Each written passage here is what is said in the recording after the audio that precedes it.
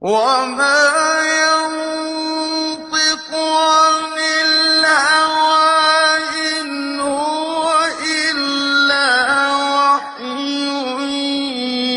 يوحى علمه شديد القوى ذو مرة. بسم الله الرحمن الرحيم والصلاة والسلام على أشرف المرسلين سيدنا محمد الأمين وعلى آله وصحبه أجمعين. اللهم لا سهل إلا ما جعلته سهلا وأنت تجعل الحزن إذا شئت سهلا. علمنا اللهم ما ينفعنا وانفعنا بما علمتنا وزدنا علما يا أرحم الراحمين. Aujourd'hui nous allons Inch'Allah commenter la 49e rubrique du 3e chapitre de Sahih al-Bukhari, le chapitre relatif à la science. Et cette rubrique, l'imam al-Bukhari rahimahullah wa nafa'ana bi'ilmih, a intitulé Babu man khassa bil ilmi qawman duna qawmin karahiyata an la yafhamu. Et dans cette rubrique, il a commencé par une citation de Ali ibn Abi Talib radiyallahu anhu qui dit Wa qala Aliyun حدثوا الناس بما يعرفون أتحبون أن يكذب الله ورسوله. حدثنا عبيد الله بن موسى أو ابن موسى عن معروف بن خربوذ عن أبي الطفيل عن علي بذلك. Donc vous allez remarquer qu'ici l'imam al-Bukhari a commencé d'abord par la citation, par l'énoncé, et ensuite il a cité la chaîne de transmission et on verra pourquoi. Et ça c'est vraiment exceptionnel, c'est très très rare qu'il le fasse dans son Sahih. Et ensuite il va citer le hadith numéro 128 qui dans le Tajrid Sarih de l'imam Zabidi, c'est le numéro 105, et dans lequel il a dit حدثنا إسحاق بن إبراهيم قال حدثنا معاذ بن هشام قال حدثني أبي عن قتادة قال حدثنا أنس بن مالك أن النبي صلى الله عليه وسلم ومعاذ رديفه على الرحل قال يا معاذ بن جبل قال لبيك يا رسول الله وسعديك قال يا معاذ قال لبيك يا رسول الله وسعديك ثلاثا قال ما من أحد يشهد أن لا إله إلا الله وأن محمدا رسول الله صدقا من قلبه إلا حرمه الله على النار قال يا رسول الله أفلا أخبر الناس به أو لا فلا أخبر به الناس فيستبشروا قال إذن يتكلوا وأخبر بها معاذ عند موته تأثما.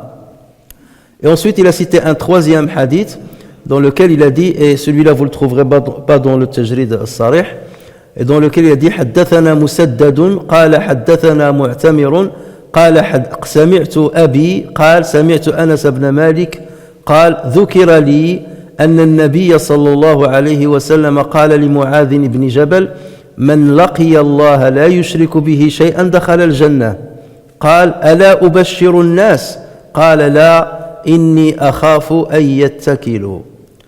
Donc si on veut traduire cette rubrique, donc on la traduit par ceci, de celui qui dispense son enseignement à certains et en exclut d'autres, de crainte que ceux-ci ne comprennent point et qu'ils ne tombent alors dans un inconvénient plus grave.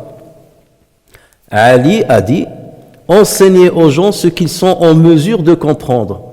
Voudriez-vous que Dieu et son messager fussent démentis? Ubaydullah ibn Moussa nous a rapporté ceci d'après Ma'rouf ibn Kharraboud, d'après Abi Tufayl, d'après Ali. Donc c'est ça ce que je vous ai dit. Il a commencé par l'énoncé de ce qu'a dit Ali ibn Abi Talib radiyallahu anhu, et ensuite il a cité la chaîne de transmission par laquelle il a rapporté ce hadith.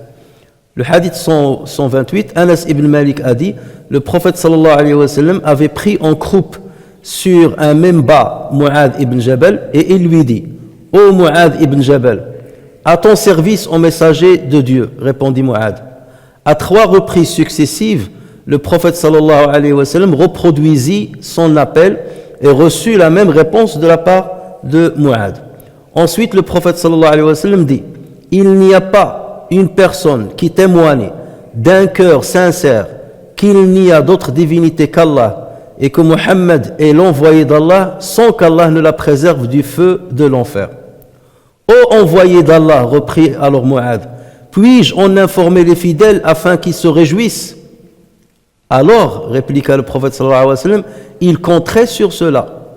Mu'adh rapporta cette tradition au moment de sa mort, craignant ainsi de commettre un péché.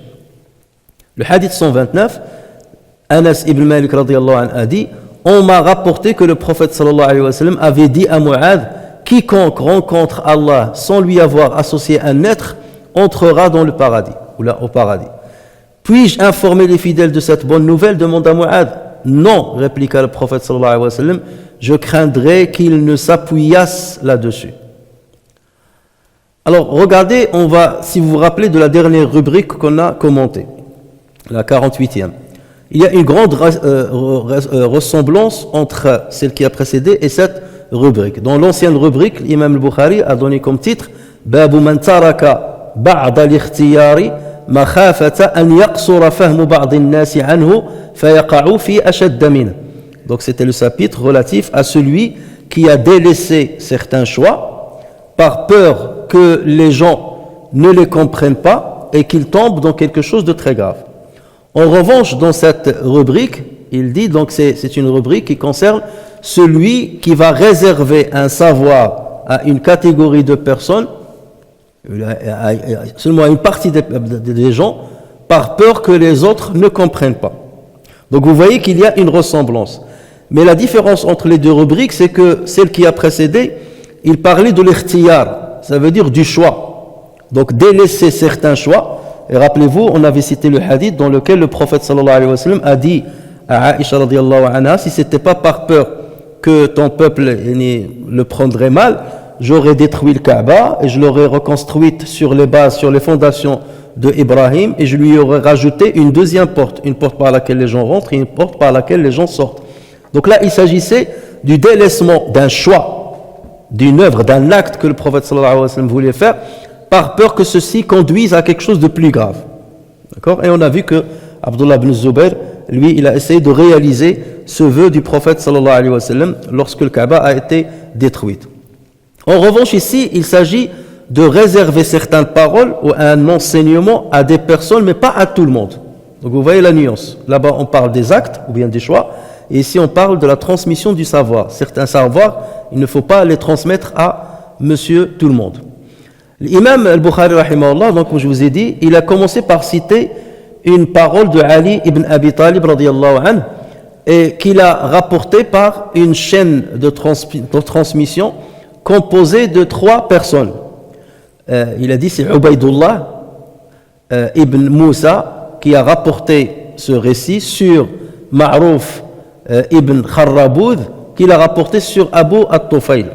Et donc, Abu Tufayl, il a rapporté sur Ali. Donc, vous voyez qu'entre l'imam al-Bukhari, dans cette chaîne de transmission, entre l'imam al-Bukhari et Ali ibn Abi Talib, il y a combien de personnes dans la chaîne de transmission? Il n'y a que 3 personnes. Et donc, ceci fait partie, cette chaîne-là, elle fait partie des chaînes les plus courtes dans Sahih al-Bukhari. Donc, la chaîne la plus courte dans Sahih al-Bukhari, entre l'imam al-Bukhari et un compagnon, elle se compose seulement de 3 personnes. Et donc, celle-ci en fait partie. Et c'est pour cela que ces chaînes-là, où il n'y a que 3 intermédiaires entre le Bukhari et le compagnon, on les appelle Awali al-Bukhari. As-Sanad al-Ali, c'est-à-dire la chaîne de transmission la plus haute. Awali al-Bukhari. Et donc, il a rapporté ceci sur Abu Tufayl, Amir ibn Wathila al-Laythi. Et on a déjà parlé de ce compagnon, puisqu'il s'agit du compagnon qui était le dernier à mourir. C'est le dernier compagnon qui a pu voir le prophète sallallahu alayhi wa sallam et à mourir. Vous savez que Anas ibn Malik, il a vécu très longtemps, jusqu'à plus que l'an 92, si ma mémoire est bonne, 92 de l'Hégire. Mais Abu Tufayl, Amir ibn Wathila, lui, il est mort en l'an 110 de l'Hégire. 110 de l'Hégire. Et lui, il est né en l'an 3 de l'Hégire. Donc il a réussi à voir le prophète sallallahu alayhi wa sallam alors qu'il était jeune. Puisque le prophète sallallahu alayhi wa sallam est mort en l'an 10 de l'Hégire. Donc lui, il avait 7 ans lorsque le prophète sallallahu alayhi wa sallam est mort. Et il a vécu jusqu'à 110 ans. Et rappelez-vous, on avait dit dans un hadith que le prophète sallallahu alayhi wa sallam, un jour, après la prière de l'Isha, il a gardé les gens après la prière et il leur a dit, sachez que d'ici un siècle, à partir d'aujourd'hui, d'ici 100 ans, il n'y aura pas un être humain qui est vivant maintenant qui sera vivant d'ici un siècle. Et ça, il l'a dit juste avant sa mort. D'accord? Ça veut dire en l'an 10 de Al-Hijra. Il a dit d'ici un siècle, il n'y aura aucune personne qui sera vivante. Et justement, la dernière personne parmi les compagnons à mourir, c'était Abu At-Tufayl, radiyallahu anhu, et il est mort en l'an 110 de l'Hégire. Exactement 100 ans après que le prophète sallallahu alayhi wa sallam ait annoncé cette prophétie. Et ça fait partie des miracles verbaux du prophète sallallahu alayhi wa sallam, des prophéties du prophète sallallahu alayhi wa sallam qui témoignent de la véracité de son message. L'imam, donc le Bukhari, a cité la chaîne de transmission après avoir cité le récit, comme vous l'avez remarqué. Et ça, c'est très très rare. Normalement, toujours, on commence par la chaîne de transmission et ensuite on cite l'énoncé. Lui, ici, il a commencé par l'énoncé et ensuite la chaîne de transmission. Les savants, ils ont dit pourquoi il a fait ça. Parce que d'habitude, chez certains narrateurs, ils ne font ça que lorsqu'ils ont un doute sur la véracité ou la validité de la chaîne de transmission. Certains savants, lorsqu'ils ont un doute sur la chaîne de transmission, la validité de la chaîne de transmission, ils commencent par l'énoncé et ensuite ils disent cet énoncé, je l'ai rapporté selon un tel, selon un tel, selon un tel. Mais ici, l'imam al-Bukhari, cet énoncé-là, il est authentique, c'est-à-dire la chaîne de transmission, elle est valide. D'accord? Mais malgré ça, il l'a laissé à la fin. Pourquoi? Certains savants disent, pour ne pas penser que la parole, que l'énoncé est celui du prophète sallallahu alayhi wa sallam. Parce qu'on a pris l'habitude chez lui d'entendre que la parole du prophète, du prophète, du prophète.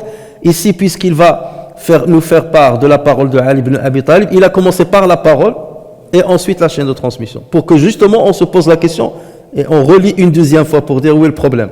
Et c'est là où on va comprendre que, attention, ici c'est Ali ibn Abi Talib qui parle et il ne rapporte pas cette parole sur le prophète sallallahu alayhi wa sallam.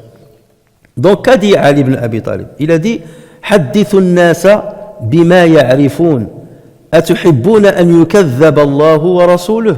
Enseignez aux gens ce qu'ils sont en mesure de comprendre. Voudriez-vous que Dieu et son messager fussent démentis?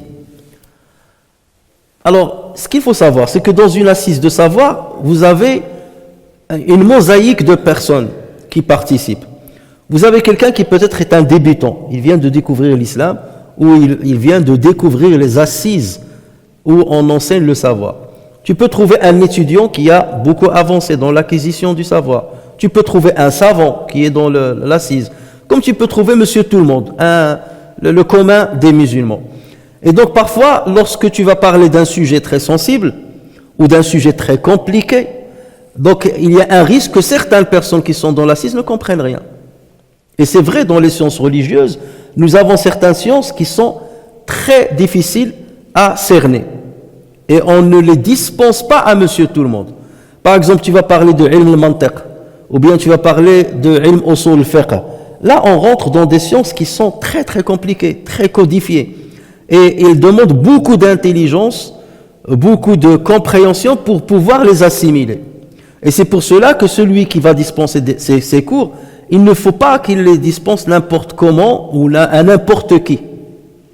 Parce que parfois on tombe dans un certain écart où celui qui dispense les cours, son intérêt ce n'est pas de transmettre le savoir, son intérêt c'est d'impressionner l'auditoire, de leur dire je suis un savant, je suis un connaisseur. Et à partir de là, il commence à transmettre certains éléments de savoir qui sont tellement compliqués que les gens ne comprennent pas. Et en général, parmi ceux qui comprennent, vous avez trouvé quelqu'un qui va dire Masha'Allah, le savant, il est comme ça. Pourquoi? Parce que j'ai rien compris. Ça veut dire qu'il est très fort. Si j'ai rien compris, c'est qu'il est très fort. Il y a certains qui sont comme ça, tellement impressionnés, qui disent Masha'Allah, parce qu'il c'est difficile à comprendre, donc j'arriverai pas à son talent, donc il est très fort. Et tu peux trouver quelqu'un qui est à l'inverse. Il va dire, mais c'est quoi l'islam là?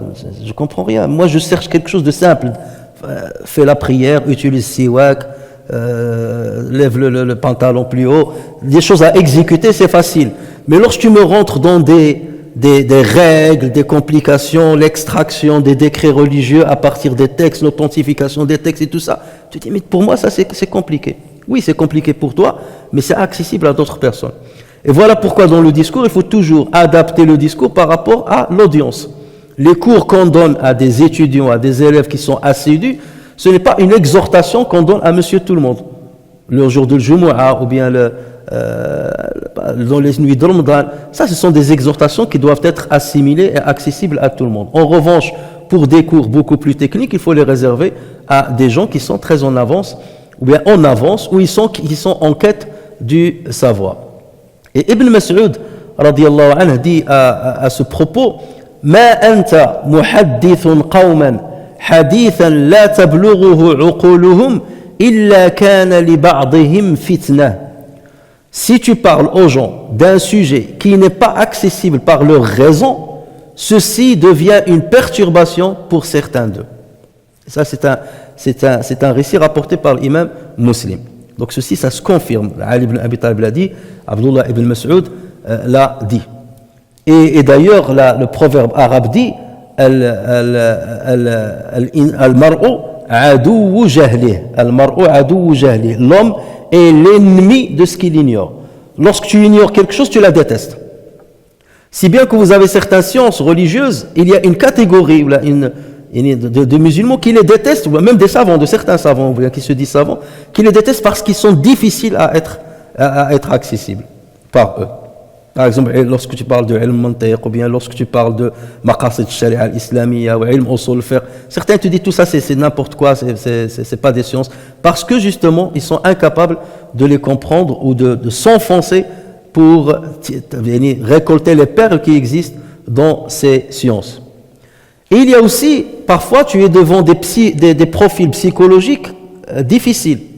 Suppose tu es en train d'expliquer un hadith ou des versets, et dans l'assise il y a quelqu'un qui a un profil de quelqu'un de violent.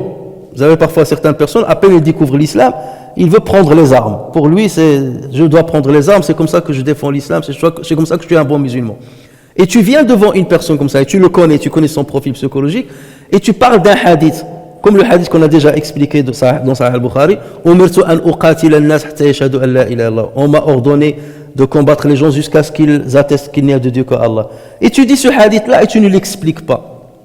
Quel est le risque? C'est que celui qui est en face de toi, ou qui a ce profil psychologique difficile, il va prendre ce hadith-là et il va l'exécuter à l'extérieur, commencer à tuer des gens.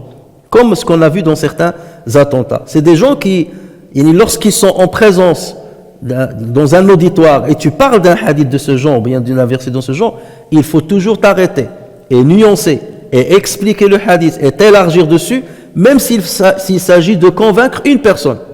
C'est vrai que les autres vont dire mais ça on le connaît, pourquoi il le répète? Mais il se répète parce que lui il a vu dans l'assise quelqu'un et il le vise à travers cette explication, même si les autres ne comprennent pas pourquoi le cheikh il se répète alors qu'il a déjà expliqué cela. Donc c'est pour dire il y a une hikmah derrière le fait qu'il s'étale sur ce hadith. Peut-être qu'il est en train de régler quelque part l'horloge à une personne qui, psychologiquement parlant, est compliquée. Donc dans le hadith 128, l'imam al-Bukhari rapporte donc le deuxième hadith. Donc là on a parlé du premier récit de Ali ibn Abi Talib radiyallahu anhu. Dans le deuxième hadith, hadith 128, l'imam al-Bukhari rapporte un hadith sur Mu'adh ibn Jabal. C'est la première fois qu'on parle de Mu'adh ibn Jabal, donc on va en profiter pour parler d'une partie, ou bien d'un résumé de sa biographie, parce que c'est pas n'importe qui, c'est un grand compagnon. Mu'adh ibn Jabal ibn Amr ibn Aws, il est d'origine de Médine, donc c'est un Médinois, et il s'est converti très tôt à l'islam. Certains disent qu'il avait à peine 18 ans, d'autres disent qu'il avait 20 ans. Et le plus probable, c'est qu'il avait 20 ans lorsqu'il s'est converti à l'islam. Et il a participé à la deuxième allégeance d'Al-Aqaba, Bay'at al-Aqaba al-Thaniya. Vous savez qu'il y avait deux allégeances de l'Aqaba. La première où il n'y avait que 7 personnes, et la deuxième allégeance où il y avait 72 personnes, parmi lesquelles il y avait 2 femmes. Et donc parmi les présents, il y avait Sayyidina Mu'adh ibn Jabal. Et cette allégeance a eu lieu à l'Aqaba, donc à Mina, et c'était pendant la saison du pèlerinage, et c'est là où ils ont donné allégeance au prophète sallallahu alayhi wa sallam, pour le défendre, pour l'accueillir, pour accueillir tous les musulmans chez eux à Médine, pour les défendre contre tout ennemi, les défendre comme ils défendaient leurs enfants et leurs épouses.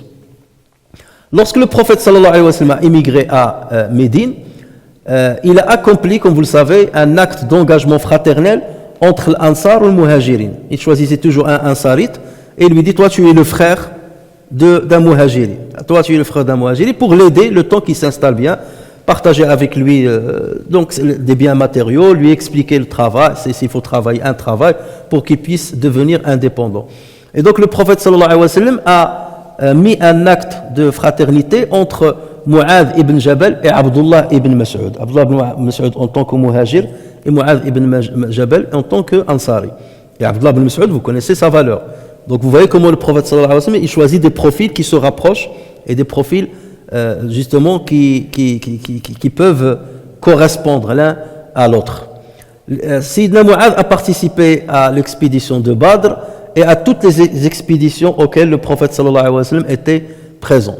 Et lorsque le prophète sallallahu alayhi wa sallam a conquis la Mecque en l'an 8 de l'Hégire, après le Fath, donc Fath Mecca, il a rebroussé chemin à Médine comme vous le savez et il a nommé Attab ibn Usayd comme gouverneur de la Mecque. Donc il lui a dit c'est toi qui vas devenir le gouverneur de la Mecque. Attab ibn Usayd. Et il a nommé Mu'adh ibn Jabal comme référence religieuse à la Mecque pour donner des fatwas et pour enseigner le Coran. Et ça c'est un poste qui est très très très important. La référence religieuse de la Mecque. La Mecque c'est la Qibla des musulmans. Et c'est là où on accomplit le pèlerinage. Ça veut dire c'est là où il y aura beaucoup de musulmans qui vont poser beaucoup de questions, surtout lors des saisons de pèlerinage. Donc c'est pas pour rien que le prophète sallallahu alayhi wa sallam a choisi Mu'adh ibn Jabal. C'est que c'est quelqu'un qui est très érudit et c'est quelqu'un qui a des connaissances que beaucoup de compagnons ne partagent sûrement pas. Donc il enseignait le Coran, il donnait des fatwas et en l'an 9 de l'Hégire, le prophète sallallahu alayhi wa sallam l'a envoyé comme émissaire au Yémen. Et c'est grâce à lui que beaucoup de Yémenites sont rentrés en islam et c'est lui qui a transmis donc l'islam au Yémen. Et rappelez-vous, le prophète sallallahu alayhi wa sallam, il lui a dit tu vas venir chez des gens qui connaissaient des livres, donc appelle-les à faire la prière, ainsi de suite. Et yassir wa la tu'assir. Donc ces hadiths-là, peut-être on aura l'occasion de les étudier une autre fois. Et après la mort du prophète sallallahu alayhi wa sallam, Mu'adh ibn Jabal participa à la conquête de Cham. Donc lorsqu'on parle de Cham, c'est toujours la région de la Syrie, de la Palestine et du Liban. Et il a aussi participé à l'expédition de Yarmouk. Et quand Abu Ubaida ibn Jarrah radiyallahu anhu, qui était à la tête de l'armée musulmane à Cham et qui était le gouverneur de Cham, est mort suite à la peste. Donc vous connaissez la peste de Amwas, c'était en l'an à peu près 17 ou 18 de l'Hégire. Et c'est une peste qui a tué énormément de compagnons, parmi lesquels Abu Ubaida ibn Jarrah radiyallahu anhu.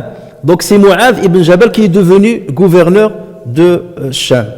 Donc vous voyez la stature qu'il a pour qu'il devienne gouverneur de Cham. Sauf que lui aussi, peu de temps après, quelques jours après, il a été touché par la peste. Et donc il y a laissé la vie, ainsi que ses deux épouses et ses deux fils. Et donc il est mort en l'an 18 de l'Hégire. Donc c'est bien ça, la peste de Amwas avait lieu en l'an 18 de l'Hégire. Et Amwas, ça c'est un petit village qui se trouve en Palestine. C'est pour ça qu'on parle aussi de Cham. Et lorsqu'il est mort, il avait, radiyallahu anhu, à peine 38 ans. Donc il est mort à l'âge de 38 ans. Mu'adh, comme donc je viens de dire, faisait partie des compagnons les plus appréciés du prophète sallallahu alayhi wa sallam. Et ceci, on le palpe dans une parole célèbre du prophète sallallahu alayhi wa sallam, dans laquelle il a dit « Le plus clément de ma communauté envers ma communauté est Abu Bakr. Et le plus ardent dans la religion de Dieu, c'est Omar. Et le plus véridique en termes de modestie, c'est Uthman. Et le plus connaisseur d'entre eux concernant les affaires juridiques, c'est Ali ibn Abi Talib. Et le plus connaisseur, c'est-à-dire Aqdahum, et le plus connaisseur concernant ce qui est permis et interdit, c'est Mu'adh. Concernant le licite et l'illicite, ça veut dire concernant le fiqh, la jurisprudence islamique, c'est Mu'adh. Et ensuite il a dit pour chaque nation il y a un doué de confiance, li kulli ummatin amin. Pour chaque nation il y a un doué de confiance et le doué de confiance de cette nation c'est Abu Ubaida.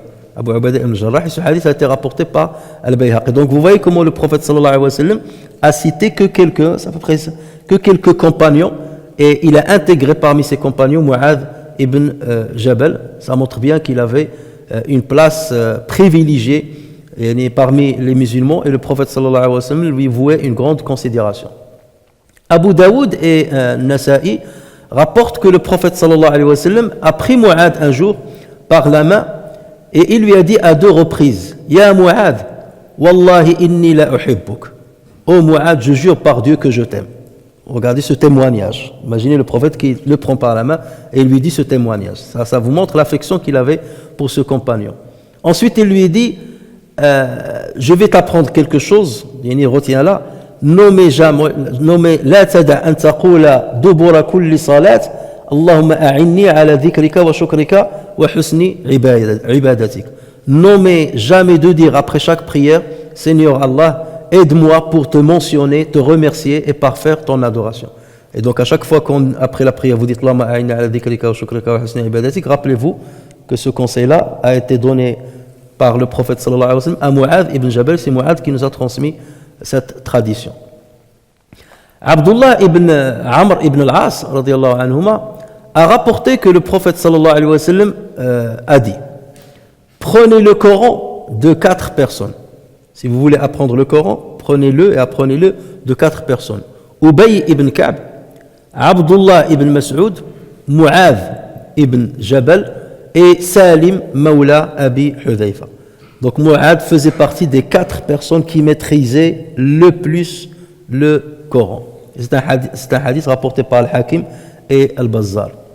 Mu'adh radiallahu anhu faisait partie des rares compagnons auxquels le prophète sallallahu alayhi wa sallam a autorisé la fatwa de son vivant. Je l'ai dit tout à l'heure. Il y a Sahl ibn Abi Hathma qui dit, ceux qui émettaient des fatwas à l'époque du messager, du vivant du messager, étaient 3 parmi le muhajirin et 3 parmi l'Ansar. Les 3 parmi le muhajirin, c'était Omar, radiallahu anhu, donc ce qui montre bien que le Omar, c'est un faqih. Omar, Uthman et Ali. À 2, c'est parmi le muhajirin. Omar, Uthman, Ali, qui donnaient des fatwas.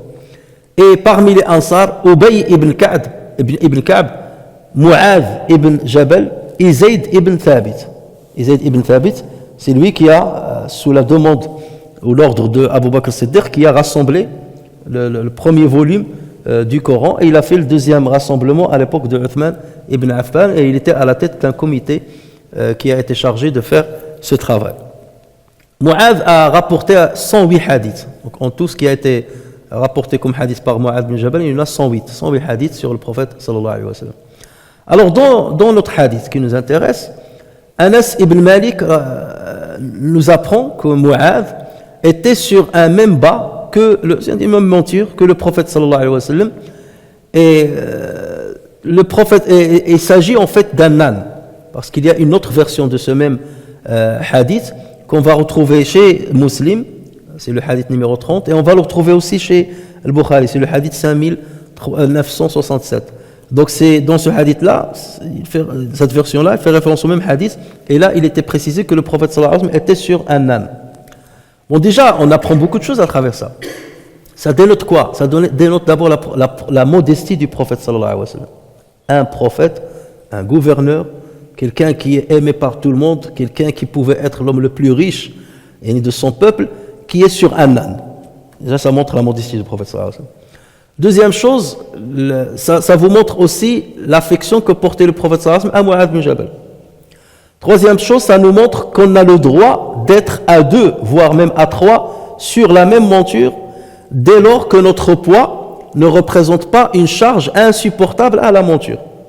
Donc il n'y a pas de mal à cela. Mais si on est lourd, ou la monture ne peut pas supporter, bien entendu, il est interdit de le faire. De toute façon, les montures, elles sont faites pour les monter. Il ne faut pas faire comme Jha. Il a été critiqué parce qu'il était sur la monture, donc il est descendu, il a pris la monture, lui, sur son dos. Alors le prophète sallallahu alayhi wa sallam lança un appel à Mu'adh. Il lui a dit, Ya Mu'adh ibn Jabal. Et ça, c'est une manière, c'est un outil, c'est une pédagogie dans l'enseignement. Lorsque tu veux attirer l'attention de quelqu'un sur une information importante que tu veux lui transmettre, tu l'appelles par son prénom. Ya Mu'adh ibn Jabal. Donc forcément, il lui a dit Labbayka ya Rasulallah wa sa'dayk. Donc je vais te dire quelque chose d'important. Donc tu prépares ta conscience, tu prépares ta mémoire à mémoriser ce qu'il va dire, tu te prépares corps et âme à entendre ce que le prophète sallallahu alayhi wa sallam a dit. Donc ça vous montre aussi la dextérité du prophète sallallahu alayhi wa sallam et sa pédagogie dans l'enseignement. Et Mu'adh a répondu Labbayk ya Rasulallah wa sa'dayk. Le mot Labbayk, c'est un mot qui est très connu. D'ailleurs, il fait partie de la formule de At-Talbiya. Lorsqu'on fait Tahlil, lors du pèlerinage ou bien lors de l'Umrah, on dit Labbayk Allahumma Labbayk. Donc ici, il lui a dit Labbayk ya Rasulallah wa sa'dayk. Mais on ne dit jamais Labbayk Allahumma wa sa'dayk. Ça se dit jamais. On dit seulement Labbayk Allah. Lorsqu'il s'agit de Dieu, tu dis seulement Labbayk Allahumma. Mais lorsqu'il s'agit d'un être humain, tu peux lui dire Labbayk un tel wa sa'dayk. Tu peux rajouter sa'dayk, je vous dirai pourquoi. Labbayk, si on va dans la langue arabe, le mot al-lab et non pas l'ub. Al-lub, c'est la raison, l'intelligence. C'est plus l'intelligence, l'ub. Le prophète sallallahu alayhi wa sallam disait liyalini minkum ulul nuha wa ulul albab. Il n'est que ceux qui sont adultes et qui ont de l'intelligence se mettent derrière moi lors de la prière. Comme ça, si jamais je me trompe ou là, si jamais je quitte la prière parce que j'ai pas le wudu, là j'ai perdu le wudu, quelqu'un me remplace. Al-lab maintenant. Al-lab signifie la réponse. Labba, ça veut dire il a répondu. Ça, c'est la première signification du mot labba. Il y a aussi une deuxième signification. Les Arabes, ils disent labba bil makan. Labba bil makan. Ça veut dire il a résidé à un endroit. Il s'est maintenu dans un endroit. Il a résidé à cet endroit. D'accord? Et on dit aussi mara'atun labba. Imra'atun labba. Ça veut dire c'est une femme très aimante envers ses enfants. Donc vous voyez trois significations qui sont différentes. Et toutes ces significations-là se rassemblent dans le mot labbayka. Lorsque tu dis labbayka, tout se rassemble. Ça veut dire, je suis prêt à te répondre. Parce qu'il lui dit, il y a un Mu'adh, donc il lui dit, oui, me voici te répondant. D'accord? Ça, c'est la première chose. La deuxième chose, ça veut dire, je ne vais pas bouger. C'est ça, résider dans un endroit, se maintenir dans un endroit. Je me maintiens prêt à te répondre. D'accord? Imra'atul labba, une femme aimante, ça veut dire, je te réponds, mais avec amour. Pourquoi? Parce qu'un esclave, lorsqu'il répond par exemple à son maître, il peut répondre à sa sollicitation, mais par obligation. Je le déteste, ton salarié, toi tu es le patron, il te suit, mais il te critique derrière ou il te suit, il t'obéit, mais il te critique. Alors que là, lorsque tu dis le baik, c'est que c'est avec plaisir et avec amour que je me maintiens pour te répondre. C'est ça la signification de la baik. Et c'est exactement le sens lorsqu'on dit le baik Allahumma la baik. Allah Azza wa Jalla a lancé un appel pour venir accomplir le pèlerinage ou bien la Umrah. Et nous, on dit labbayk Allahumma labbayk, ça veut dire me voici répondant à ton appel avec plaisir et avec amour et je suis content de le faire. C'est ça la signification de labba. Et en arabe, lorsque tu répètes la chose deux fois, parce que ici, labbayka, dès que le ya, ça veut dire deux fois. C'est-à-dire, je te réponds deux fois. Labbayka, ça veut dire sans arrêt. Lorsque tu dis seulement deux fois, ça veut dire sans arrêt. Regardez Allah Azza wa Jalla lorsqu'il dit Farji'il basara hal tara min futur. Thumma arji'il basara karrataini yanqalib ilayka al-basaru khasi'an wa huwa hasir. Aimez ton regard dans le ciel et y vois-tu des fissures ou une anomalie ou un déséquilibre. Ensuite, remets ton regard deux fois, il reviendra désespéré. Ça veut dire qu'il ne trouvera pas de déséquilibre dans le monde, dans la création de Dieu. Donc deux fois, lorsqu'il dit deux fois, ça veut dire maintes fois. C'est pas que deux. Maintes fois. Et toute ta vie, tu peux refaire. Donc lorsque je dis le baïka, ça veut dire je suis prêt à te répondre à chaque fois que tu me sollicites. Voilà la signification pourquoi on dit le baïka en duel. L'autre chose, il a dit wa sa'dayk. Chose qui ne se dit pas lorsqu'il s'agit de répondre à Dieu. Parce que sa'dayka, elle vient de quel terme? C'est pas sa'ada. Sa'ada, c'est la joie. Non, elle vient de l'musa'ada. Et le musa'ada, ça veut dire l'aide. Sa'adtuhu, ça veut dire je lui ai apporté de l'aide. Donc lorsqu'il lui a dit wa sa'dayka, ça veut dire je réponds bien entendu à ton appel et tout, et je suis prêt à t'apporter l'aide que tu veux. C'est comme si tu dis à tes ordres. Tu lui dis viens, viens à tes ordres. Sam'an wa ta'a. Donc c'est ça, ça veut dire je suis prêt à t'apporter de l'aide. Et c'est pour ça que ce terme-là, on ne le dit pas à Dieu. Dieu n'a pas besoin de notre aide. Donc c'est pour ça qu'on dit seulement labbaik Allahumma labbaik. On ne rajoute pas sa'daik. Ceci se dit seulement aux êtres humains. Alors le prophète sallallahu alayhi wa sallam a répété par 3 fois son appel. Ya Mu'adh ibn Jabal, Ya Mu'adh ibn Jabal, Ya Mu'adh ibn Jabal. Et à chaque fois, Mu'adh, donc c'est pour attirer son attention. Et Mu'adh à chaque fois, labbaika Ya Rasulallah wa sa'daik, labbaika Rasulallah wa sa'daik, labbaika Rasulallah wa sa'daik. Donc vous voyez le respect mutuel entre les deux. Et tant que le prophète sallallahu alayhi wa sallam l'appelle, lui il répond avec la même réponse. Et ensuite le prophète sallallahu alayhi wa sallam lui a dit cette parole. Ma min ahadin yashhadu an la ilaha illa Allah wa anna Muhammadan Rasulullah sidqan min qalbihi illa harramahu Allah ala an-nar. Il n'y a pas une personne qui témoigne d'un cœur sincère, c'est important, d'un cœur sincère, sidqan min qalbihi, d'un cœur sincère, qu'il n'y a d'autre divinité qu'Allah et que Mohammed est l'envoyé d'Allah, sans qu'Allah ne la préserve du feu de l'enfer. Donc le prophète sallallahu alayhi wa sallam a précisé d'un cœur sincère, parce qu'il se peut qu'il y ait une personne qui atteste, il y a les 2 attestations, qui profère la shahada, mais d'un cœur où il n'y a pas de sincérité. C'est le cas des hypocrites. Il dit ashhadu an la ilaha illallah wa ashhadu anna Muhammadan rasulullah, mais dans le cœur, il n'y est pas, aucune sincérité dans le cœur. Donc celui-là n'est pas concerné par le hadith. Il ne sera pas préservé du châtiment de l'enfer. Et d'ailleurs, il y a d'autres hadiths valides qui nous montrent qu'il y aura parmi les musulmans des croyants qui sortiront de l'enfer grâce à l'intercession des intercesseurs. D'accord? Ça, on le connaît, on a déjà étudié ça dans le chapitre précédent de l'iman. Donc, ce qui montre, donc, est-ce que ceci se contredit avec le hadith là? Parce que là, il lui dit, à chaque fois qu'il y a un musulman qui dit la ilaha illallah Muhammad Rasulullah khalisan biha qalbuh, il sera interdit à l'enfer. Et nous avons des hadiths qui disent qu'il y aura des musulmans qui sortiront de l'enfer pour entrer au paradis. Et donc, ceci montre qu'il y aura des musulmans qui... Donc, soit ces musulmans-là n'avaient pas un cœur sincère, soit ils n'avaient pas des œuvres sincères. Parce que rappelez-vous, dans le chapitre précédent de l'iman, on a dit que l'iman sollicite quoi? Ou bien il exige quoi? Il exige la foi en Dieu et les œuvres. Amanu billah wa amilu as-salihat. Donc accomplir les bonnes œuvres, ça c'est une condition sine qua non pour avoir la complétude de la foi. Et pour entrer dans ce hadith-là, pour faire partie de ceux dont parle le prophète sallallahu alayhi wa sallam dans ce hadith-là.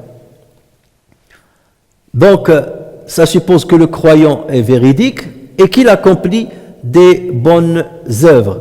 Et c'est pour cela que le prophète sallallahu alayhi wa sallam, lorsque Mu'adh lui a dit « Est-ce que je peux apprendre cette nouvelle à tout le monde ?» Il leur a annoncé cette belle nouvelle. Le prophète sallallahu alayhi wa sallam, il lui a dit non. Pourquoi il a dit « Idhan yattakilu » Yattakilu, ça veut dire ils vont compter sur cette parole-là et ils vont plus accomplir les bonnes œuvres. Alors que ce que je t'ai dit, là, ça suppose qu'il y a les bonnes œuvres. Et par peur que les gens comprennent mal cette parole, ne la leur dis pas. D'où le titre de l'imam al-Bukhari. Hein? Le fait de consacrer un enseignement à des gens, mais pas à d'autres, par peur qu'ils ne le comprennent pas. Donc voilà pourquoi le prophète sallallahu alayhi wa sallam a réservé cette information à quelques compagnons, comme Mu'adh bin Jabal. Il a réservé aussi une autre fois à qui? Il a dit la même chose. À Abu Dharr al-Ghifari. Et Abu Dharr, il était tellement étonné, il lui a dit wa in zana wa in saraq, même s'il commet l'adultère et même s'il vole, il lui a dit wa in zana wa in saraq. Il lui a dit wa in zana wa in saraq, il lui a dit wa in zana wa in saraq. Wa in zana wa in saraq wa in zana wa in saraq, raghma anfi Abi Dharr, malgré, non déplaise à Abu Dharr, malgré Abu Dharr. D'accord? Et il est sorti, Abu Dharr, il a dit à Omar, et Omar aussi, il est revenu chez le prophète, il lui a dit, mais pourquoi tu as dit cette parole? Les gens ne vont rien faire, et ils ne vont plus travailler. Regarde, même Omar, il a dit, il ne faut pas le dire à tout le monde, parce que les gens ne vont plus rien faire. Et donc le prophète sallallahu alayhi wa sallam, voilà pourquoi il n'a pas voulu diffuser cette parole à tout le monde. Donc il lui a dit, non, ne le dis pas aux gens. Donc ça veut dire qu'il y a certaines choses qu'il ne faut pas dire à tout le monde. Mais le problème, c'est que parfois on s'abstient de dire certaines choses, et on dit que leur compte. Je vous donne un exemple. Vous avez parfois certains imams ou là des prêcheurs qui se consacrent seulement aux versets et hadiths qui mettent en garde. Jamais il va te parler de rahmat d'Allah Azza wa Jal, de la miséricorde de Dieu ou du pardon de Dieu. Il va te parler que de l'adab d'Allah Azza wa Jal, ou jahannam, ou asfala safilin. Tout le monde toujours il fait. Non, il faut alterner entre les deux. Et tout dépend aussi des personnes que tu as besoin de certaines personnes. Il y a certaines personnes, au lieu de leur parler que de l'adab, vous devez adorer que par crainte. Mais il y a aussi par espoir envers Allah Azza wa Jal, et par amour envers Allah Azza wa Jal. Donc parfois on donne l'impression que la religion musulmane est une religion qui ne fait qu'apeurer les autres et qui est que très comptable. Et là il faut faire très attention parce qu'on donne une mauvaise image de l'islam. Alors qu'on a énormément de hadiths qui parlent de la grande miséricorde d'Allah Azza wa Jal. Sabaqat rahmati ghadabi, ma miséricorde a dépassé, elle a dominé ma colère. Ouais, c'est écrit au-dessus de l'arche d'Allah Azza wa Jal, ça. Donc, c'est pour ça qu'il ne faut pas se concentrer. Il y a certaines personnes, oui, c'est bien de leur faire peur et tout ça. Quelqu'un qui est dans l'égarement total et tout ça, c'est bien de lui faire peur. Mais il y a d'autres personnes aussi, peut-être c'est l'inverse qui va l'attirer vers l'islam. Et donc, il faut adapter toujours la parole selon ton interlocuteur. Toutefois, dit ce hadith, Mu'adh, avant de mourir, il a fini par dévoiler cette parole aux gens. وأخبر بها معاذ عند موته تأثما. ما معنى تأثما؟ يعني خوفا من الإثم, par peur du péché. تأثما, ça vient de l'ithme, le péché. خوفا من الإثم. Pourquoi خوفا من الإثم? Parce que Allah Azza wa Jal met en garde les personnes qui cachent certaines informations que Dieu a transmises. Il les cache il les garde que pour elles-mêmes et ils ne les transmettent pas aux autres. إن الذين يكتمون ما أنزلنا من البينات والهدى. Donc ceux qui cachent ce que nous avons fait descendre en fait de preuves et de guides après l'avoir exposé, après l'exposé que nous en avons fait aux gens dans le livre, voilà ceux qu'Allah maudit et que les maudisseurs maudissent. Donc Mu'adh ibn Jabal, par peur de ce verset-là, donc il a fini par dévoiler avant de mourir cette information, parce qu'il ne pouvait pas la garder à lui tout seul. Maintenant, dans la version 130 de même chapitre, le hadith 130, Anas, lui-même, le même narrateur, a dit: on m'a rapporté que le prophète sallallahu alayhi wa sallam a dit à Mu'adh, quiconque rencontre Allah sans avoir associé à Allah aucun être ou un autre être entrera dans le paradis. Et Mu'adh de dire: puis-je informer les fidèles de cette bonne nouvelle? Et le prophète a dit: non, je craindrais qu'ils ne s'appuyassent là-dessus. Vous voyez que les deux versions se rapprochent énormément et le Bukhari les a rapportées toutes les deux, l'une derrière l'autre. Sauf qu'ici, dans cette version, le prophète sallallahu alayhi wa sallam a dit: man laqiya Allah, quiconque rencontre Allah. Ça veut dire quoi, rencontrer Allah? Ça veut dire quiconque décède. Quiconque décède en disant la ilaha illallah, donc suite du hadith. Ou bien quiconque vient le jour du jugement devant Allah Azza wa Jal en étant mort sur la ilaha illallah, donc le hadith. Voilà la signification. Et ici, le prophète sallallahu alayhi wa sallam n'a pas cité la ilaha illallah Muhammadun Rasulullah, alors que dans l'autre version, Shahida la ilaha illallah wa anna Muhammadan Rasulullah. Dans cette version, il a cité seulement la ilaha illallah. Pourquoi? Parce que la deuxième shahada dépend de la première. Si tu attestes qu'il n'y a de Dieu que Allah, c'est Allah qui t'a dit qu'il faut attester que son messager est Muhammad sallallahu alayhi wa sallam. C'est comme lorsqu'on parle des 6 piliers de l'islam, mais dans plusieurs passages dans le Coran, Allah parle de l'iman billahi wal yawmil akhir. Il choisit parmi les 6 toujours l'iman billahi wal yawmil akhir. Pourquoi? Parce que celui qui est amana billah, automatiquement il doit croire à ses prophètes, à ses anges, al-qada. Et le yawm al-akhir, ça c'est quelque chose d'à part. Croire que tu vas être ressuscité. Donc c'est les deux éléments de foi les plus importants des 6 éléments, des 6 piliers de la foi musulmane. Et dans cette version, le prophète sallallahu alayhi wa sallam a dit Dakhal al-Jannah. Dans l'autre, il a dit, ici il a dit il rentrera au paradis, dans l'autre il a dit il sera interdit à l'enfer. Vous voyez, donc c'est pareil, c'est la même chose. Sauf qu'ici il a dit il entrera au paradis. Ça veut dire quoi? Il finira par entrer au paradis. Donc ici ça n'exclut pas qu'il puisse entrer en enfer. Alors que dans la première version, on peut avoir l'impression que ça exclut d'entrer en enfer. Dieu lui interdit le feu. Et c'est pour ça que l'imam Bukhari a ramené les deux versions l'une derrière l'autre, pour que nous aussi on ne comprenne pas mal la première version. Les deux se complètent.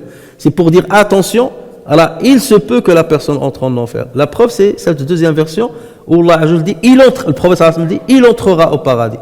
Mais ça n'exclut pas qu'il risque d'entrer d'abord, faire un séjour en enfer pour expier ses péchés avant d'en sortir pour entrer au paradis. Bon, on a fini avec ce premier, cette rubrique. On passe maintenant, puisqu'on essaie d'accélérer, et on va essayer, Inch'Allah, la semaine prochaine, de terminer tout ce chapitre-là, parce que là, on est déjà à 130 hadiths, et comme ça, on passera au quatrième chapitre, le chapitre de Al-Wudu. Donc c'est pour ça que je vais essayer de passer très vite, un peu très vite, les hadiths qui restent dans ce chapitre. Donc maintenant, on passe à la 50e rubrique, que l'imam Bukhari rahimahullah a intitulé Babul Haya'i fil ilm. Babul Haya'i fil ilm. Ensuite, il a dit rahimahullah wa qala mujahidun la yata'allamu al-ilma mustahyin wa la mutakabbir. Wa qalat Aisha ni'ma an-nisa'u nisa'u al-ansar lam yamna'hunna al-haya'u an yatafaqqahna fi ad-din. Ensuite, l'imam Bukhari a cité le hadith numéro 130 qui est dans Tajrid Sarih 106.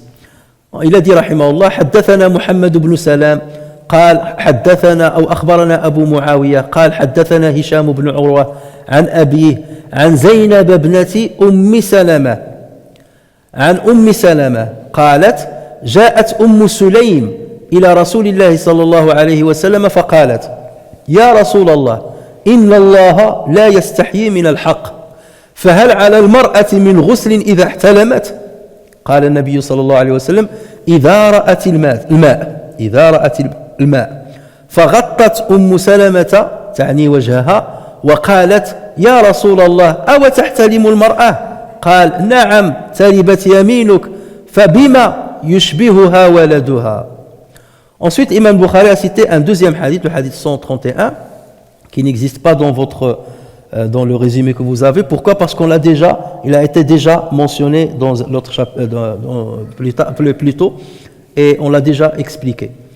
حدثنا إسماعيل قال حدثني مالك عن عبد الله بن دينار عن عبد الله بن عمر أن رسول الله صلى الله عليه وسلم قال إن من الشجر شجرة لا يسقط ورقها وهي مثل المسلم حدثوني ما هي فوقع الناس في شجر البادية ووقع في نفسي أنها النخلة قال عبد الله فاستحييت فقالوا يا رسول الله أخبرنا بها قال رسول الله صلى الله عليه وسلم هي النخلة قال عبد الله فحدثت أبي بما وقع في نفسي فقال أن تكون قلتها أحب إلي من أن يكون لي كذا وكذا. Donc ce chapitre c'est 50e rubrique de la pudeur qu'on éprouve à s'instruire. La pudeur qu'on éprouve à s'instruire. Il y a parfois de la pudeur lorsqu'on veut s'instruire sur certaines choses. Et donc, Imam Bukhari a cité une parole de Mujahid, rahimahullah. Mujahid, c'est un tabi'i, c'est l'élève de Abdullah ibn Abbas, et c'est un grand exégète du Coran. Donc, Mujahid, rahimahullah, a dit n'acquiert pas la science celui qui a honte, c'est-à-dire celui qui a de la pudeur, ou celui qui est orgueilleux. Il y a deux personnes qui n'apprendront pas jamais la science. Celui qui est très pudique, ou la pudeur dans le sens négatif, comme on va le voir, et celui qui est orgueilleux. Et Aisha radiallahu anha a dit quelle admirable femme que les femmes de Ansar. La honte ou la pudeur ne les a jamais empêchées de s'instruire dans la religion. Et l'imam Bukhari a cité le hadith numéro 130. Zaynab, la fille de Salama, rapporte. Salama, Sulaym, donc c'est pas Salama ici. La fille de Salama qui rapporte. Donc Zaynab, la fille de Salama, rapporte. Sulaym vint trouver l'envoyé d'Allah et lui dit ô envoyé d'Allah, Allah n'a pas honte de la vérité. La femme doit-elle se laver quand elle a fait un songe érotique? Oui, répondit le prophète sallallahu alayhi wa sallam, à condition qu'elle s'aperçoive de la présence d'eau, ça veut dire de l'éjaculation. À ces mots, Salama, qui est la mère de Zaynab, c'est Zaynab qui rapporte le hadith, c'est Zaynab qui parle ici, hein, la fille de Salama, qui est la belle-fille du prophète sallallahu alayhi wa sallam. Et le prophète l'a élevé. Donc c'est Zaynab qui parle de sa mère. Elle dit Salama se couvrit, elle veut dire le visage. Salama se couvrit le visage. Et il dit oh envoyé d'Allah, la femme fait-elle des rêves érotiques? Donc il a dit avec pudeur. Oui, c'est ça. Elle parle à qui? Salama. Au prophète, c'est son mari. Malgré ça, elle avait honte. Vous voyez, c'est ça la pudeur. Elle parle à son mari, mais puisqu'il s'agit de parler de quelque chose de très intime, donc elle a couvert le visage. Donc ça vous montre la pudeur des femmes, comment elles étaient pudiques. Aujourd'hui, la femme, elle vient te dire, cher, et si jamais la femme, elle est... Tu vois, regardez la pudeur, comment elle est là, chez les femmes. Donc, Salama se couvrit, c'est-à-dire le visage, et dit, oh, envoyé d'Allah, la femme fait-elle des rêves érotiques? Oui, répliqua le prophète. Sinon, pauvre de toi, grâce à quoi son enfant lui ressemblerait-il? On expliquera cette parole. Ensuite, le hadith 131, dans lequel Imam Bukhari donc, rapporte sur Abdullah ibn Omar, que l'envoyé d'Allah a dit, il est un arbre qui ne perd jamais ses feuilles, et cet arbre est à l'image du musulman. Dites-moi, quel est cet arbre? Les fidèles pensèrent à divers arbres de la campagne, et il m'est venu à l'esprit qu'il s'agissait du palmier. Mais, dit Abdullah, je n'osais le dire par timidité. Voilà la pudeur. Il a dit c'est une timidité négative. Parce qu'il était, on a déjà parlé de ce hadith, parce qu'il était petit et il était en présence de grands compagnons, il y avait Abu Bakr, il y avait Omar ibn Khattab, donc il n'a pas osé parler devant les grands. Au moins, ils n'ont pas décelé la réponse. Ô envoyé d'Allah, demandèrent les fidèles, montre-nous cet arbre. C'est le palmier, répliqua le prophète sallallahu alayhi wa sallam. Et Abdullah ajouta, lorsque je racontais à mon père quelle avait été mon impression, et Nicolas, je savais que c'était le palmier, mais j'avais honte de le dire devant vous. Il me répondit, si tu l'avais dit, cela m'aurait été plus cher que telle ou telle chose. Ça aurait été un honneur pour moi que mon fils il trouve la réponse, la devinette du prophète sallallahu alayhi wa sallam, puisque nous les grands on ne l'a pas retrouvé. Ça veut dire que c'était mal placé la timidité de Abdullah ibn Omar dans cette situation-là. Donc là, Imam Bukhari, vous voyez, il vous cite un hadith où la timidité est quoi? Elle est bien, donc elle est valorisante. Et un hadith où la timidité n'a pas lieu d'être pour apprendre. Donc vous voyez comment il agence les hadiths. C'est là où on dit toujours fiqh al-Bukhari fi tarajimi. L'intelligence et la compréhension de al-Bukhari, c'est dans les titres de ces rubriques et dans l'agencement des hadiths. Donc venons à ce hadith-là. Alors la pudeur en matière de savoir peut concerner aussi bien l'élève que le prof. L'élève peut être timide de poser des questions sur certaines choses, et le prof parfois il peut aussi être timide et ne pas aborder certains sujets. Donc il y a ce risque-là. Mais on sait par ailleurs que la pudeur c'est un bon comportement, parce que le prophète sallallahu alayhi wa sallam, il a trouvé un jour un homme qui était en train de conseiller à son frère de ne pas être pudique. Et le prophète sallallahu alayhi wa sallam il a dit, fa inna al-haya mina. Laisse-le, parce que le haya fait partie de la foi. C'est bien d'être pudique. Donc d'une manière générale, la pudeur elle est très bien, elle est toujours valorisante de la personne, et elle est toujours conseillée chez toute personne. Mais le problème c'est qu'il y a de la mauvaise pudeur. C'est la pudeur qui t'empêche de poser des questions. Hein? Tu dis j'ai honte de lui poser la question. Donc tu restes ignorant sur cette affaire-là, sur cette question-là. Hadith, c'est une pudeur qui est négative. Donc ici, Imam Bukhari est en train de nous dire donc, qu'il y a certaines fois où il ne faut pas avoir de pudeur et il faut poser ta question. Mujahid ibn Jabr d'ailleurs, elle dit n'acquiert pas la science celui qui a honte, bien celui qui a de la pudeur. La honte et la pudeur se rapprochent. Il y a le hishma, le haya, et celui qui est orgueilleux. Quand est-ce que l'orgueil s'installe dans le cœur d'une personne? L'orgueil s'installe dans le cœur d'une personne lorsqu'il ne se connaît pas. Si tu vois quelqu'un qui est orgueilleux, c'est qu'il ne connaît pas sa vraie valeur, automatiquement. Parce que quelqu'un qui connaît sa vraie valeur, automatiquement, il devient modeste. Soit ta valeur, c'est que tu es bas, tu es ignorant, tu es à peine cadre. Donc je me mets à ma valeur. Soit tu as du savoir, mais parce que tu as su savoir, tu dis ce savoir, qui me l'a acquis, qui me l'a donné? C'est Allah Azza wa Jal. Donc il n'y a aucun mérite qui revient à moi. Donc je dois être modeste. Donc quelqu'un qui connaît sa vraie valeur, que sa valeur soit basse ou haute, normalement il doit être modeste. Et quelqu'un qui est orgueilleux, c'est quelqu'un qui se donne plus qu'il ne mérite. Ou c'est quelqu'un qui peut-être il a du savoir, mais il se l'octroie. Et il pense que le mérite revient à lui et non pas à Allah Azza wa Jal. Et donc à partir de là, il est très loin d'Allah Azza wa Jal. Et c'est pour ça qu'Allah Azza wa Jalla dit Sa'asrifu an ayati alladhina yatakabbaruna fil ardi bighayri al-haqq. J'écarterai de mes signes ceux qui sans raison s'enflent d'orgueil sur terre. Allah Azza wa Jalla, il les écarte. Et on rapporte que un jour, deux personnes étaient en train de parler, des contemporains de Ibn Taymiyyah, rahimahullah. Et un lui a dit, Ibn Taymiyyah, c'est un orgueilleux un peu. Pourquoi? Parce que l'autre, il voyait Ibn Taymiyyah parfois lorsqu'il affrontait par exemple les égarés ou des choses comme ça, donc il était dur avec eux, lorsqu'ils argumentaient, tout ça, il avait de la force et tout dans la parole. Donc l'autre, il a vu que la posture d'Ibn Taymiyyah, peut-être elle dégageait un peu de le kibr. Et l'autre lui a dit, donc Ibn Taymiyyah a fait un peu de kibr. L'autre lui a dit, s'il avait de le kibr, Allah Azza wa Jalla ne lui aurait jamais donné tout ce savoir. Parce que Allah Azza wa Jalla, comme a dit Waki', le cheikh de l'imam Bukhari, de l'imam Shafi'i, un jour, une période, il ne commençait pas à bien mémoriser, et il est allé chez Waki', son maître. Il lui a dit, je me plains de la perte de mémoire. شكوت إلى وكيع سوء حفظي فأرشدني إلى ترك المعاصي وأخبرني بأن العلم نور ونور الله لا يهدى لعاصي. Je me suis plaint auprès de Waki' de ma difficulté à mémoriser et il m'a guidé, il m'a orienté pour délaisser les péchés. Et il m'a dit, la science de Dieu est une lumière et la lumière de Dieu ne s'octroie pas à un pécheur. Pareil, la lumière de Dieu ne s'octroie pas à un orgueilleux, c'est pas possible. L'orgueil et le savoir ne se rassemblent pas. Parce que Allah écarte les gens mais on parle du vrai savoir, parce que si c'est seulement thésauriser les informations ou accumuler les informations, ça ne s'appelle pas le savoir. On parle de le fiqh. Et le fiqh, ça veut dire discerner les nuances, discerner des choses qui sont très fines.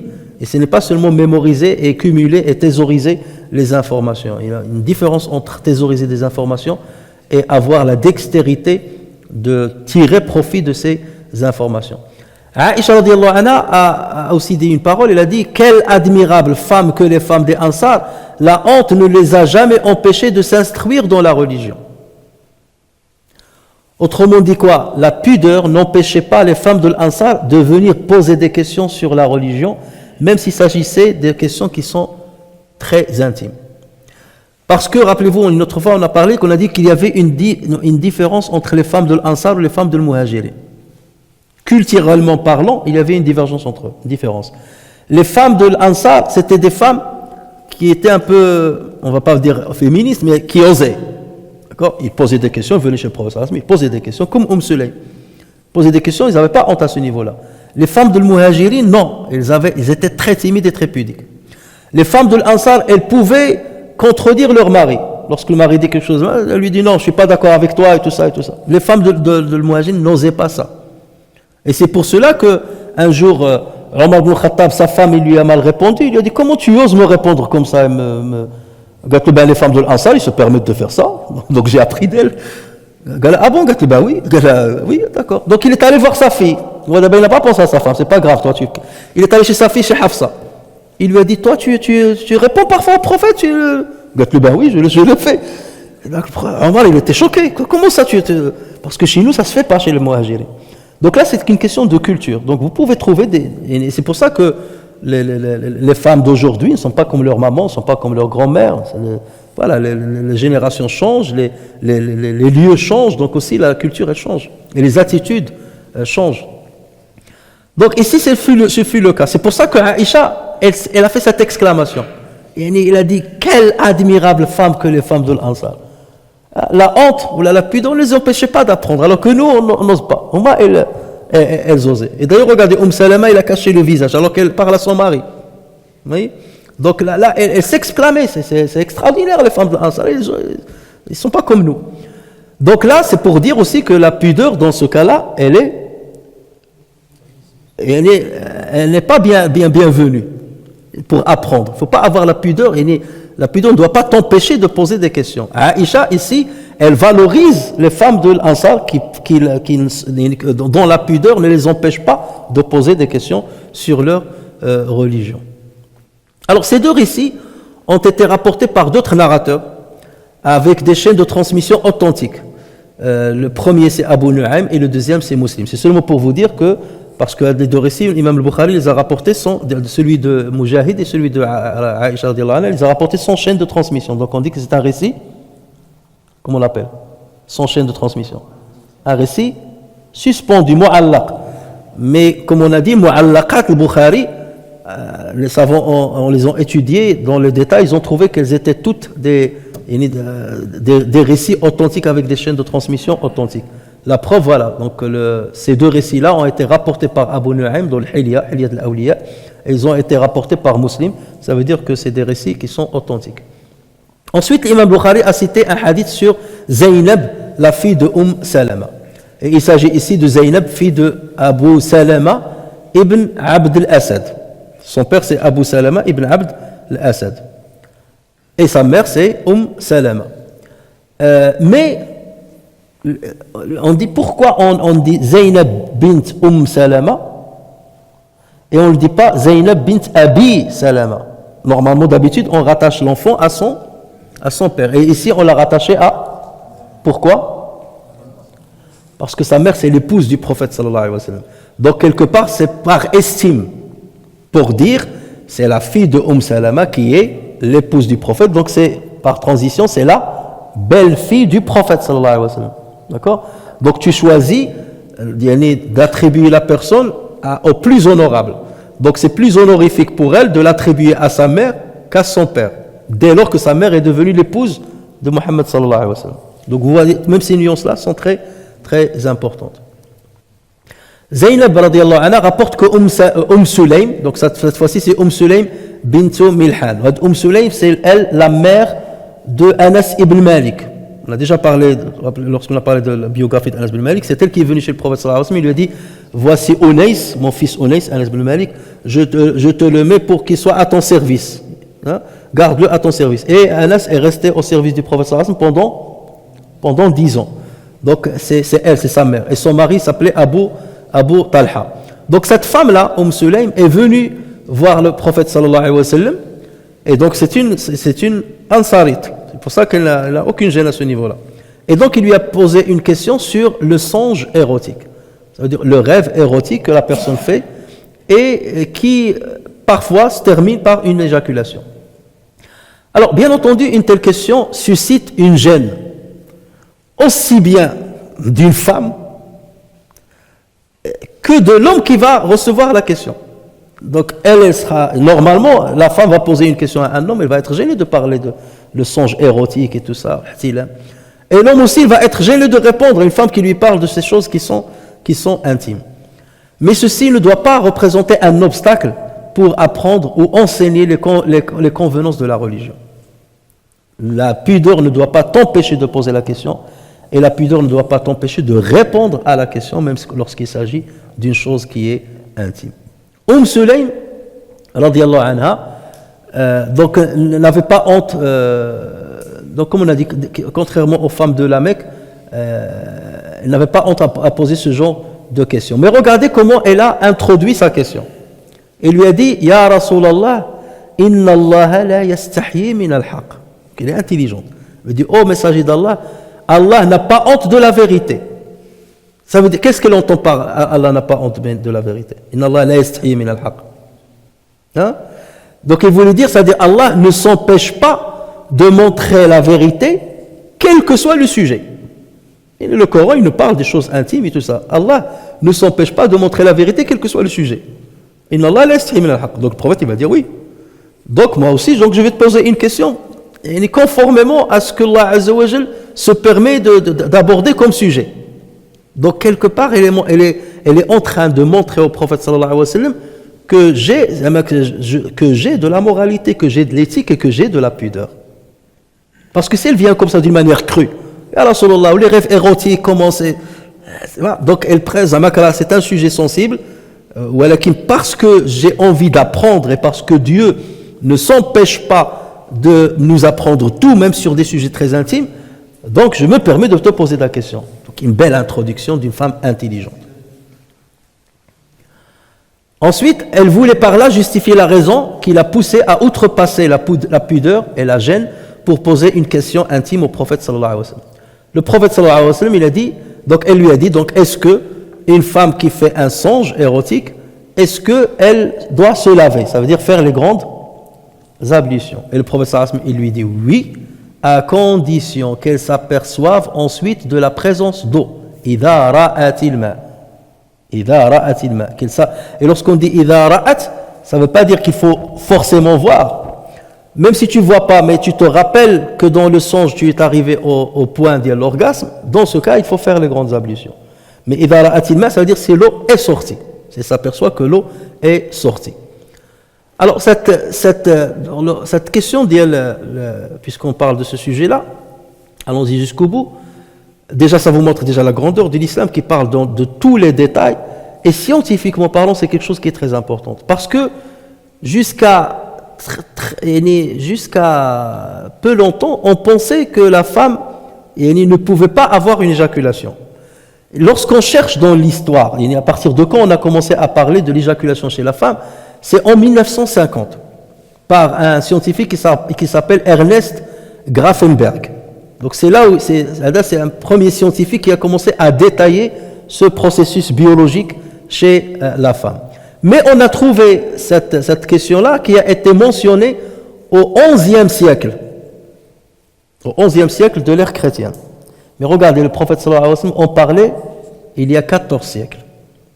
D'accord? Que la femme peut faire des songes érotiques et elle peut avoir une éjaculation. Et justement maintenant qu'avec l'avancée scientifique, on a découvert que chez la femme, il y a des glandes qu'on appelle les glandes para-utérales. Et donc c'est ces glandes-là qui permettent justement la sortie d'un liquide, donc consimule justement à une éjaculation, sauf qu'elle est très minoritaire, ou elle est très faible chez la majorité des femmes. Et ayant entendu la réponse du prophète sallallahu alayhi wa sallam au questionnement d'Oum Sulaym, Salama qui était présente, d'accord? Donc Salama était là, Sulaym a posé la question en présence de Salama. Donc Salama qui est l'épouse du prophète, elle a couvert son visage de pudeur. Et il lui a dit, Ya Rasulallah, awa tahtalimul mar'a, ô messager d'Allah, la femme fait-elle des rêves érotiques? Regardez ici. Salama, son questionnement dénote quoi? Qu'elle était étonnée. Elle ne connaissait pas cette information. Mais elle ne lui a pas dit est-ce que l'eau sort chez la femme qui fait des rêves érotiques? Et il lui a dit awa tahtalimul mar'a, est-ce que la femme fait des rêves érotiques? Il dit comme si c'est la première fois qu'elle entend ça. Ça suppose quoi? Ça suppose que il se peut que tu aies des personnes qui ne font jamais de rêves érotiques. Et c'est le cas de Salama. Et voilà pourquoi il s'est exclamé est-ce que la femme fait des rêves érotiques? Et c'est la mec a dit pour elle c'est chouma. Donc là je ne connaissais pas cette information. Et le professeur me dit oui, c'est évident. Le prophète il a parlé de évident lorsqu'il a dit taribati yadak. Et taribati yadak c'est une expression en arabe. Taribati yadak que ta main soit posée sur la terre. Et ça fait référence à la pauvreté. C'est pour ça que l'expression la plus proche en français c'est pauvre de toi. Mais ce n'est pas une invocation du prophète sallallahu alayhi wa sallam pour qu'elle soit pauvre. D'accord? Ça, c'est des expressions. C'est comme lorsqu'on dit thakilatka ummuk. Ce n'est pas une invocation contre la personne. Donc le prophète sallallahu alayhi wa sallam, il a dit oui, sinon, grâce à quoi son enfant lui ressemblerait-il? Il faut s'attarder un petit peu sur cette question du prophète sallallahu alayhi wa sallam. Une question rhétorique quelque part. Grâce à quoi l'enfant ressemblerait-il à la femme? Que veut lui dire le prophète sallallahu alayhi wa sallam ici? Parce qu'il a dit, est-ce que la femme fait des rêves érotiques? Il a dit, mais oui, sinon, pauvre de toi, grâce à quoi l'enfant ressemblerait à sa mère? Là, le prophète sallallahu alayhi wa sallam, c'est comme s'il dit, il y a deux suppositions. Soit le prophète sallallahu alayhi wa sallam, il est en train de parler du rêve érotique, comme Salama a essayé d'entendre. Ça veut dire, la femme fait des rêves érotiques et son enfant, il fait référence à l'enfant, garçon. Ça veut dire, si le garçon fait des rêves érotiques, sa mère, la femme, elle aussi elle fait des rêves érotiques. Parce qu'ils se ressemblent. Il est l'enfant de la femme. Ça veut dire qu'il y a des choses qui sont partagées par la femme à son enfant, physiologiquement parlant. Ça aussi, c'est un point très important parce que jusqu'au XVIIIe siècle, on pensait que la femme n'intervenait guère dans la procréation des enfants. On pensait que dans le sperme des hommes, il y a les spermatozoïdes, en l'occurrence, il y a des cellules dans lesquelles, à l'intérieur, il y a l'ébauche de l'enfant. Et que, après le rapport conjugal, la cellule de l'homme, qui est dans le sperme, elle s'alimente du sang qu'il y a dans l'utérus de la femme, et c'est pour ça que les menstrues s'arrêtent. Elle s'alimente du sang de la femme pour grossir et devenir un enfant. Ça veut dire que la femme n'est qu'un nid. Elle ne participe pas à la procréation. C'est ce qu'on pensait jusqu'au XVIIIe siècle. Or, l'islam, il a parlé de l'intervention de la femme depuis 14 siècles. Déjà, Allah a dit « Inna khalaqna al-insana min nutfatin amshajin » Nous avons créé l'homme à partir d'une nutfa amshaj, mélangé. Mélangé entre quoi? Venant de l'homme et de la femme. D'accord? C'est l'ovule qui a été fécondé, l'œuf. Première chose. Deuxième chose, le prophète sallallahu alayhi wa sallam, il a dit dans un hadith authentique, lorsque l'eau de la femme prédomine, l'enfant, il ressemble à sa mère. Et lorsque l'eau de l'homme prédomine, l'enfant ressemble à son père. Et ça, cette parole du prophète sallallahu alayhi wa sallam, il fait référence à la génétique. Parce qu'on parle des gènes dominants et des gènes récessifs. Donc, et ça prouve que la femme aussi peut influencer l'enfant. L'eau de la femme prédomine. Ça veut dire qu'elle intervient dans la procréation de l'enfant. Et dans cette parole aussi du prophète sallallahu alayhi wa sallam, ça veut dire aussi la même chose. Puisqu'il dit en quoi l'enfant ressemblerait à sa mère si elle ne fait pas de rêve érotique. Ça veut dire que la mère a transmis quelque chose à son enfant. Et si lui il voit des rêves érotiques, c'est qu'elle aussi lui a transmis des caractéristiques d'elle, venant d'elle, qu'elle peut voir des rêves érotiques pour le transmettre à son fils. Donc c'est normal qu'il ressemble à sa mère. Pourquoi? Parce qu'il y a une grande ressemblance entre la fille, à part quelques différences, il y a beaucoup de ressemblances entre la physiologie d'un homme et d'une femme. Sur beaucoup de points. À part l'appareil génital, sur certains autres points, oui, mais en termes de rêve, là c'est un domaine plutôt psychologique. C'est le cerveau qui devient scénariste et qui va imaginer une scène qui va te faire rentrer dans un rêve érotique et ainsi de suite. Donc ce même cerveau, il est le même chez la femme et chez l'homme. Donc pourquoi la femme ne ferait pas le même rêve que l'homme? C'est le même cerveau. On a dit que c'est quelque part, c'est une manière de dire la femme est l'égale de l'homme. Et l'islam, il le dit à maintes reprises, y compris ici. Et le prophète le dit d'une manière évidente, mais c'est évident. L'autre chose qu'on peut comprendre, peut-être que le prophète sallallahu alayhi wa sallam voulait viser, c'est qu'il y a une correspondance entre l'homme et la femme concernant cette glande qui permet la sortie de ce liquide-là. Et donc chez la femme, donc on l'a vu, la glande dont je viens, para-urétale, donc elle existe chez la femme, et justement la science a déterminé qu'elle existe chez l'homme aussi. La même glande, enfin, elle lui est très proche, sauf qu'on lui a donné un autre nom. Chez l'homme, on l'appelle la glande de Cooper, du nom de celui qui l'a découverte. La glande de Cooper. Et chez la femme, c'est la glande para-utérale. Et les deux glandes, donc, elles sortent ce liquide-là, qui va de l'éjaculation, sauf que chez l'homme, ça sort en grande quantité, et chez la femme, ça sort en petite quantité. Mais il y a une ressemblance entre ces deux glandes. La fabrication de ce liquide, elle est ressemblable chez les deux. Sauf que chez l'homme, s'ajouterait à ce liquide-là les spermatozoïdes ou d'autres produits pour alimenter les spermatozoïdes et ainsi de suite, avant que ça sorte sous forme de sperme. Donc voilà ce que le prophète sallallahu alayhi wa sallam voulait dire lorsqu'il a dit فَبِمَا يُشْبِهُهَا وَلَدُهَا. Sinon, en quoi l'enfant ressemblera à sa mère? C'est normal qu'elle aussi, elle fasse des rêves érotiques. Mais ce qui nous intéresse en tout cas dans ce hadith-là, c'est de voir aussi la pudeur d'abord la pudeur de Salama, radiallahu anha, lorsqu'elle a couvert le visage, et de voir aussi la pudeur maîtrisée de Sulaym, lorsqu'il a dit au prophète sallallahu alayhi wa sallam, Inna Allah la yastahi min al-haq, mais ma pudeur ne va pas m'empêcher de te poser la question, parce qu'Allah la yastahi min al-haq. Donc je vais te poser la question. Donc malgré ça, il y a une pudeur chez Sulaym lorsqu'elle a posé la question. Et donc tout ça c'est pour dire, donc la pudeur, oui, elle est bien, elle a de la valeur, mais sauf lorsqu'elle t'empêche de poser une question, par timidité ou là parce que tu as peur que les gens rigolent sur toi, ou disent à celui-là ne comprend rien, Non, il faut poser ta question, mais vaut mieux faire ça que de dormir ignorant concernant l'information dont tu t'es abstenu de t'en informer. Ensuite, il y a le hadith 131, celui-là je ne vais pas l'expliquer puisqu'on l'a déjà commenté, on l'a déjà vu dans la rubrique 4 de ce même chapitre, donc le chapitre du savoir, le chapitre que la rubrique 4 que l'imam Bukhari a intitulé Babu qawli al-muhaddithi haddathana wa akhbarana wa anba'ana, et c'était le hadith 61, rappelez-vous, et j'avais ramené cette version-là, lorsque j'expliquais le hadith 61, j'avais ramené cette version-là pour expliquer comment Abdullah ibn Omar a eu honte de répondre à la question, à la devinette du prophète sallallahu alayhi wa sallam, parce qu'il était avec Abu Bakr Omar et il ne voulait pas devancer les grands. Donc pour maintenir l'honneur des grands, il ne voulait pas, lui qui était enfant, répondre devant eux. Donc c'est pour ça qu'il s'est abstenu. Mais Omar lui a dit, il fallait que tu répondes, parce que ça m'aurait donné une grande joie que mon fils réponde à la devinette du prophète sallallahu alayhi wa sallam.